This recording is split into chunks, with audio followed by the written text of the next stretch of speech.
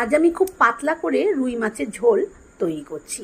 প্রথমে মাছটা খুব ভালো করে ধুয়ে নিয়েছি, তারপরে একটু কাটা ভাঙা গরম জলেও ধুয়ে নিয়েছি। কাটা ভাঙা গরম জলে ধুয়ে নিলে যাদের মাছে গন্ধ লাগে সেটা আর লাগবে না। তারপরে মাছটাকে ভালো করে নুন আর হলুদ মেখে নিয়েছি। অপরদিকে সর্ষের তেল গরম করে তারপরে ওই নুন হলুদ মেখে রাখা মাছগুলোকে এক এক করে দিয়ে দিলাম। মিনিট দুয়েক একটা পাশ ভাজা হতে দেব, তারপরে এরকম উল্টে দেব। অবশ্যই আমরা একটু মাছটা বেশি ভাজা খাই, যারা যেরকম মাছ ভাজা পছন্দ করেন সেরকম ভেজে নেবেন। মাছগুলো ভেজে তুলে নিয়েছি। এবার ওই তেলের মধ্যেই দিয়ে দিয়েছি হাফ চামচ সাদা গোটা জিরে। জিরেটা ভালো মতন ভাজা হয়ে আসলে, গন্ধ বেরোলে তারপরে দিয়ে দিলাম আলু। আলুটা নুন আর হলুদ দিয়ে মিনিট দুয়েক নাড়াচাড়া করে নেওয়ার পর টমেটো কুচি আর কাঁচা লঙ্কা দিয়ে দিয়েছি।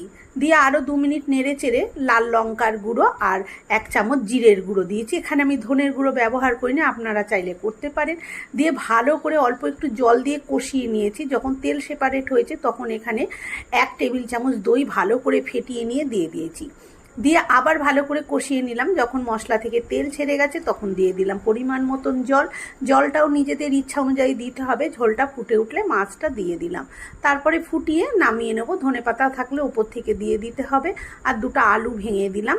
আলু ভেঙে দিলে তরকারি ঝোলের স্বাদ কিন্তু দারুণ হয়। ভিডিওটা কেমন লাগলো কমেন্ট করে অবশ্যই জানাবেন। ভালো লাগলে একটা লাইক শেয়ার আর সাবস্ক্রাইব করে আমার পাশে থাকবেন।